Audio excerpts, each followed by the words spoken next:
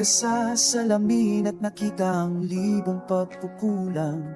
Ngunit ako'y nakakakita ng mga pilat na patuloy lumalaban. Nagtatago ka sa likod, nang ayos lang ako, walang problema. Ngunit ang iyong mga mata ay nagsasalaysay ng buong paglalakbay. At kahit na ang mundo'y malupit at hindi ka maunawaan, may lakas sa iyong tinig kapag kinukwestiyon ng takot. Walang makakapuksa sa apoy na galing sa loob. Totoo ang iyong liwanag, kahit minsan na iyong itanggi. Ikaw ay liwanag, kahit hindi mo makita.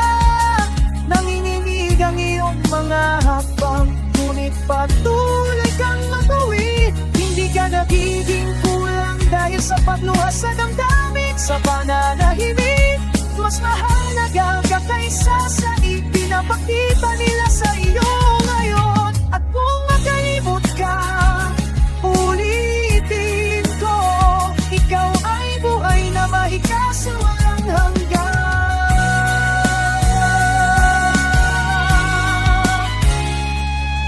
Inihahambing mo ang sarili sa mga bitin na napakalayo. Ngunit ikaw man ay nagliliniyak sa mga madaling araw. Di mo kailangan ng hulma, ipahintulot ang iyong katotohanan ay ako. Ang iyong kaluluwa ay isang salamangka. Kung dumating ang araw na basagin ng mundo ang iyong mapangarap, tutulungan kitang buuin muli gamit ang aking munting mga tulak.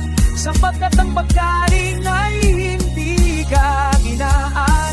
Ito'y ang pinakamatapat na gawa na maaari mong ipakita. Ikaw ay liwanag, kahit hindi mo makita. Ang iyong kwento isang sining, kahit may pahit ng lungkot. Hindi na nagiging kulang dahil sa pagtiramdam. Sa pagtutunas paghinto, mas tumataas ang iyong halaga sa bawat akbang.